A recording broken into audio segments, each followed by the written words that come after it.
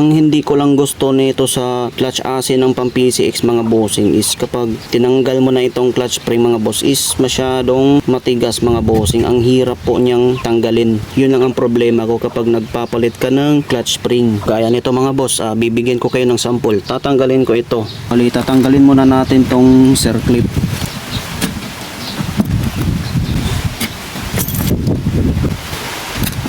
Ito malambot lang naman to, hindi nyo na kailangan pukpukin. Yan, matatanggal lang naman.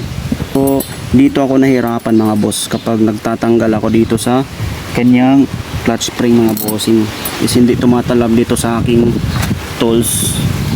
Yan, itong circlip pliers tools natin is hindi tumatalab mga bossing, kasi pag pinihit natin, ayan, lumalaban siya. Yan, gaya nito kapag tinanggal natin, masyadong matigas kasi nitong 1200. So yun lang ang hindi ko gusto. Yan, ayaw niya matanggal, hindi siya matanggal. Yan, ayaw talaga, grabe, masyadong matigas.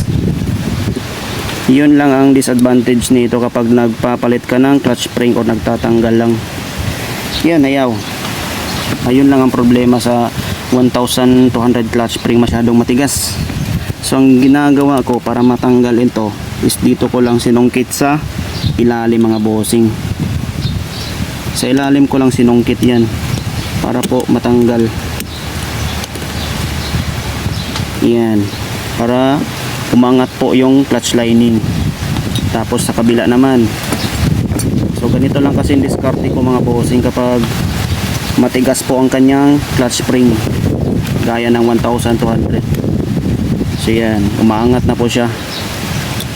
Yun lang ang ginagawa ko.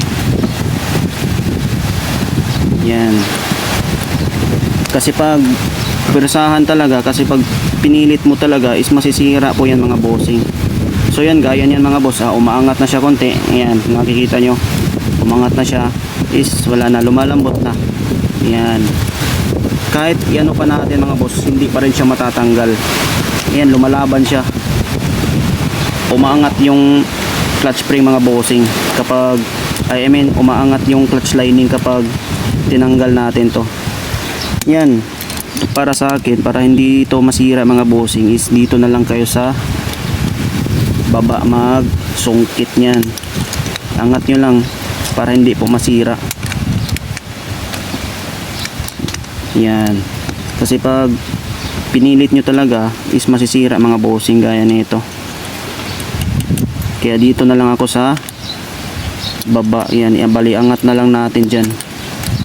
Yan, para hindi po masira.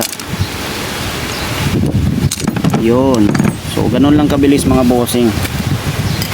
So di talaga kakayanin mga boss. So hindi pa masisira. So kapag ginawa mo ang method na yun is hindi pa masisira ang kanyang kapitan mga boss.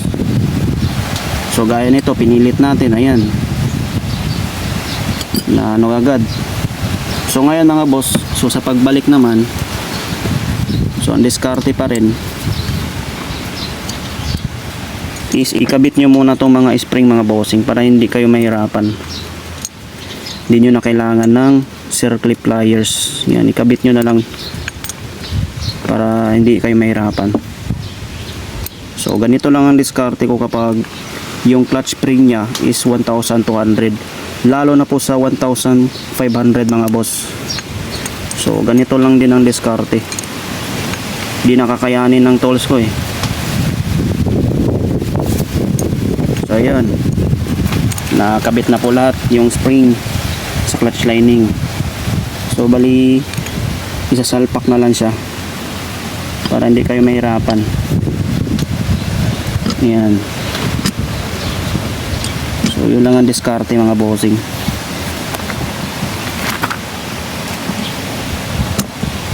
Yun, so kunting pukpok lang yan para pumasok siya. Yan, so walang kahirap-hirap mga boss.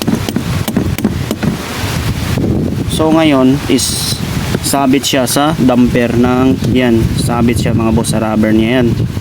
So ang gagawin nyo para pumasok siya, kasi nakaharang eh, para pumasok siya is iangat nyo lang itong is iangat nyo lang ito mga bossing. Ipaangat lang natin yung clutch lining para pumasok. Kapag naangat na yung clutch lining, gaya nito, naangat na. So gaya nito, naangat na. Diinan lang natin yun mga boss. Habang inaangat natin is didiinan natin para pumasok yung rubber mga boss. Para pumasok siya sa rubber mga bossing. So ayan, pumasok na siya. Yan, kung nakikita nyo. Yan, bossing, pumasok na siya.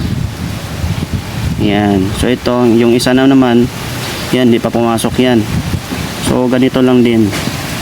So habang inaangat mo itong clutch lining mga boss,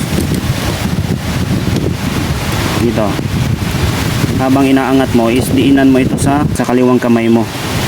Yan, diinan mo sa kaliwang kamay para may pasok sa rubber mga boss. So ayan, pumasok na siya. So ayan, pumasok na. So sa isa naman, itong isa na lang, ganoon din ang proseso mga bossing.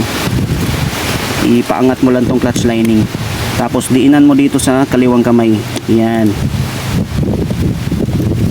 sabay diin sa kaliwang kamay para pumasok. Yun, konti pa.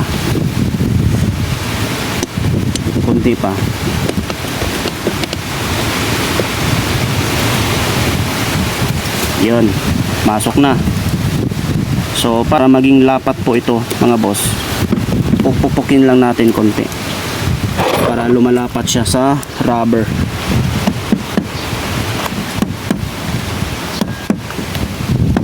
Yun. So yun mga boss, lapat na. Yan.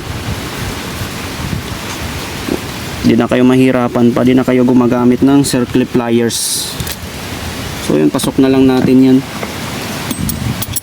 So ganun lang ang diskarte mga bossing kapag yung RPM is mataas na. Yun, pasok. So ito, okay na mga boss. Di na kayo kailangan gumagamit ng circle plier dito mga bossing. Bali, dito na lang kayo magsusungkit. Dito nyo na lang iangat mga boss kapag mataas po ang RPM.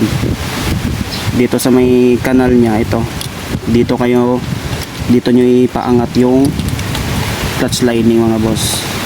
Yan, para umangat yung clutch lining.